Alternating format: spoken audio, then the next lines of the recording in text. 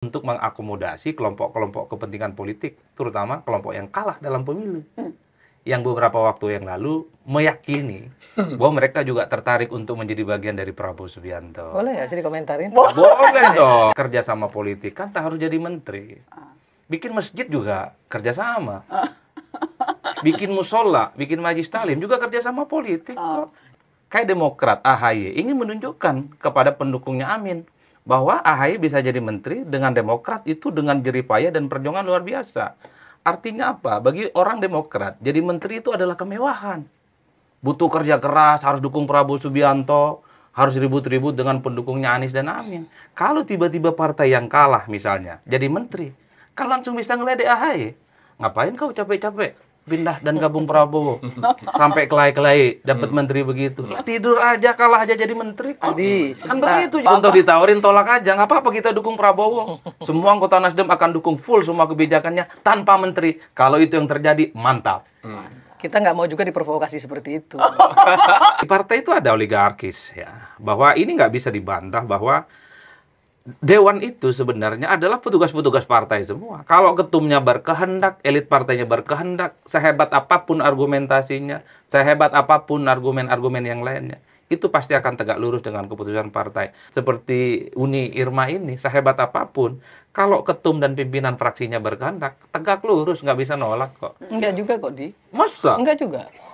Halo sahabat DC, kali ini saya akan membagikan perdebatan menarik antara pengamat politik Adi Prayitno versus politisi Nasdem Irma Suryani Chaniago saat tampil di acara terbaru Najwa Shihab bertajuk Monopolitik. Dalam kesempatan itu, Adi Prayitno kembali menyindir keras soal Nasdem dan PKB yang ada indikasi gabung pemerintahan Prabowo Gibran karena mengincar posisi menteri. Irma Chaniago pun membantah hal itu. Tak perlu berlama-lama, yuk kita saksikan bersama video berikut ini. Ya saya kira kabinet gemoy itu kan konotasinya nomenklatur dan penambahan kementerian itu akan terjadi. Kalau ingin mengurangi jumlah menteri, bukan lagi misalnya 34, kan nggak perlu harus merevisi undang-undang kementerian.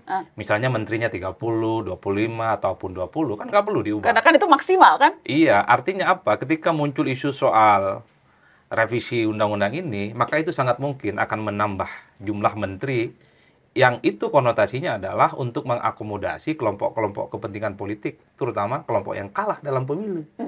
Yang beberapa waktu yang lalu meyakini bahwa mereka juga tertarik untuk menjadi bagian dari Prabowo Subianto. Boleh nggak sih dikomentarin? Boleh dong. Karena lirikannya tajam ya. Itu yang pertama. Nah, Kalau yang nggak suka boleh narik duit orang juga. yang kedua, Apa itu? Pendapat yang apa? kedua begini, sebenarnya politik bagi-bagi kekuasaan dalam sistem presidensialisme itu perkara biasa. Karena Prabowo nggak mungkin bisa maju sebagai kandidat presiden hanya dengan Gerindra. Maka wajib hukumnya Prabowo itu berbagi dengan Golkar, berbagi dengan PAN, berbagi dengan Demokrat. Nggak soal. Yang jadi soal itu, kalaupun toh harus mikir bagaimana Nasdem dan bagaimana PKB. Ini kalah pemilu ngapain juga dipikirkan. Biarkan aja yang kalah ini berada di luar kekuasaan. Kalau rekonsiliasi politik, kerjasama politik, kan tak harus jadi menteri. Bikin masjid juga kerjasama. Bikin musola, bikin majlis taklim juga kerjasama politik kok. Jadi tapi menambah untuk mengakomodir pendukung wajar. Wajar. Tapi saya memahami, karena per hari ini pendukungnya Prabowo itu di parlemen khususnya hanya 43%. Tentu nggak nyaman di parlemen itu akan mendapatkan resistensi. Maka wajar partai yang kalah itu dirangkul. Tapi dalam teorinya, kata Dan Tapi yang kalah, yang bergabung belakangan seharusnya tidak punya ekspektasi dapat menteri gitu ya. Iya, Nasdem mestinya. berekspektasi dapat menteri, Pak Irma? Saya jawab dulu. Ya, keliru kalau apa namanya yang seperti Adi sampaikan tadi bahwa yang kalah itu harus di luar. Nggak gitu juga. Nasdem pertama kali langsung menyatakan mendukung itu ada reasoningnya. Kalau Nasdem nggak masuk ke apa namanya koalisi Prabowo Gibran, ini pemerintah nggak jalan loh. Ya. Baru berapa persen mereka punya kursi di parlemen? 43% tadi kan? Ya, itu nggak akan bisa jalan secara baik pemerintahan nanti. Pasti akan banyak sekali masalah. Dan itu akan membuat keributan, kegaduhan. Politik kita belum dewasa, Nana. Jadi Nasdem mau ngeganggu-ganggu Sebentar, gitu belum, enggak. Kita nggak ganggu-ganggu. Makanya di situ ada pemikiran Pak Surya Paloh bahwa kepentingan bangsa dan negara itu harus di atas kepentingan partai politik. Itu yang pertama. Dan yang kedua, Nasdem langsung bilang sama Pak Prabowo, kami nggak bicara soal menteri, mau dikasih silahkan, nggak dikasih nggak masalah. Sudah disampaikan secara pasti. Dan kami di DPP itu dipanggil, kita dikumpulkan dan disampaikan oleh Pak Surya. Jangan ada ya yang berharap mau jadi menteri. Kecuali kita dikasih, Nggak nolak. kita siapkan. Tapi kalau nggak dikasih, nggak ada yang boleh berharap jadi menteri. Itu disampaikan Pak Surya di rapat partai. Dan itu harus dihormati menurut saya. Secara prinsip begini, Nak, bahwa pemilu itu kan kompetisi. Jadi wajar dong kalau yang menang itu ingin mengakumulasi semua yang apa yang dapatkan, presiden, menteri, dan nggak perlu berbagi ke yang lain. Itu kan esensi dari pemilu. Jadi jangan dituduh juga bahwa ketika kekuasaan itu didapatkan secara mayoritas dan maksimal, nggak mau dibagi ke yang kalah, itu otoriter dan tidak rekonsiliatif. Yang kedua bagi saya, supaya pemilu itu ada gunanya. Pemilu ini kan soal kalah menang. Contoh, kayak Demokrat, AHY ingin menunjukkan kepada pendukungnya Amin bahwa AHY bisa jadi menteri dengan Demokrat itu dengan jeripaya dan perjuangan luar biasa. Artinya apa? Bagi orang Demokrat, jadi menteri itu adalah kemewahan. Butuh kerja keras, harus dukung Prabowo Subianto, harus ribut-ribut dengan pendukungnya Anies dan Amin. Kalau tiba-tiba partai yang kalah misalnya jadi menteri, kan langsung bisa ngeledek AHY. Ngapain kau capek-capek pindah dan gabung Prabowo sampai kelai-kelai dapat menteri begitu? Tidur aja, kalah aja jadi menteri kok. Adi, Kan sebentar. begitu jalan ceritanya, Yuda. Adi, iya, Ini saya ngerti, penting Adi. untuk Perlu juga disebutkan. mungkin Bagi saya pemilu itu persaingan sebenarnya. Bukan, Adinda perlu tahu juga ya, Nasdem itu kehilangan 2 menteri dan tidak minta diganti. Pak Jokowi meminta pengganti 2 ini, tapi kami tidak mau mengganti. Karena kami bertanggung jawab. Itulah Nasdem. Bagus itu. Jadi bukan sekedar kursi menteri. Artinya berkoalisi nggak perlu minta menteri, itu mantap itu. Minimal nggak mau wakil menteri. Betul. Kalaupun Kan udah dibilang kan nggak dapat nggak apa-apa. kalaupun toh ditawarin tolak aja, nggak apa-apa kita dukung Prabowo. Semua anggota Nasdem akan dukung full semua kebijakannya tanpa menteri. Kalau itu yang terjadi, mantap. Kita nggak mau juga diprovokasi seperti itu.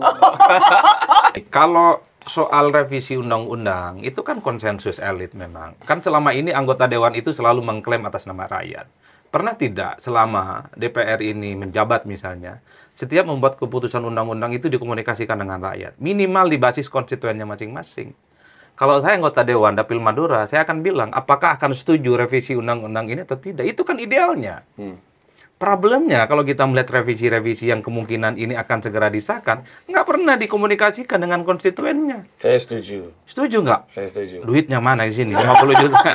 Nanti duitnya kan duitnya Itu- itu udah saya balikin. Itu yang pertama secara prinsip. Nah, yang kedua, di partai itu ada oligarkis ya. Bahwa ini nggak bisa dibantah bahwa Dewan itu sebenarnya adalah petugas-petugas partai semua. Kalau ketumnya berkehendak, elit partainya berkehendak, sehebat apapun argumentasinya, sehebat apapun argumen-argumen yang lainnya, itu pasti akan tegak lurus dengan keputusan partai. Banyak kok buktinya. Partai-partai itu rapat misalnya nolak kenaikan BBM. Tapi ketika di voting oleh pimpinan fraksi, semuanya samikna, watokna, dan tegak lurus.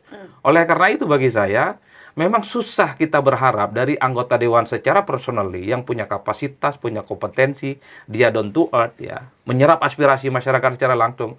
Tapi kalau kemudian keputusan politiknya di-bypass kepada kepentingan partai dan elit, semua keputusan itu tak akan ada artinya. Yang ingin saya tegaskan adalah revisi undang-undang kayak gini kan selesai udah pada level pimpinan-pimpinan partai.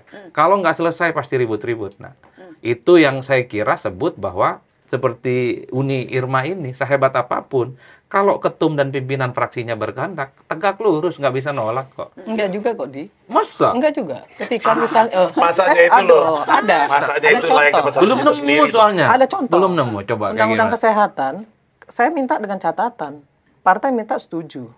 Saya minta dengan catatan. Berarti Uni ini pernah mengalahkan keputusan partai. Bukan mengalahkan, tapi saya menyampaikan kepada partai, Tambah lagi kalau gitu. saya menyampaikan Apa kepada lagi? partai reasoningnya kenapa saya bilang harus dengan catatan soal mandatory spending. Itu saya langsung bicara dengan ketua umum. Ketua umum tadi bilang harus tapi pada akhirnya endingnya ya harus mengikuti apa titah dari petinggi partai. Partai. Partai kan mengatakan setuju. Tapi saya menyatakan setuju, Dengan oke, catatan. tapi dengan catatan. Ya, Ini tapi- harus disampaikan ke publik. Pas dilihat catatannya, Dan setuju ketika juga. enggak begitu. Dan kita sampaikan itu di paripurna loh. Oke. Sampaikan di paripurna, Panji. Ya. Nah, gimana menurut kalian? Setuju dengan pandangan Adi Prayitno atau Irma Caniago? Yuk komen di kolom komentar. Sampai jumpa.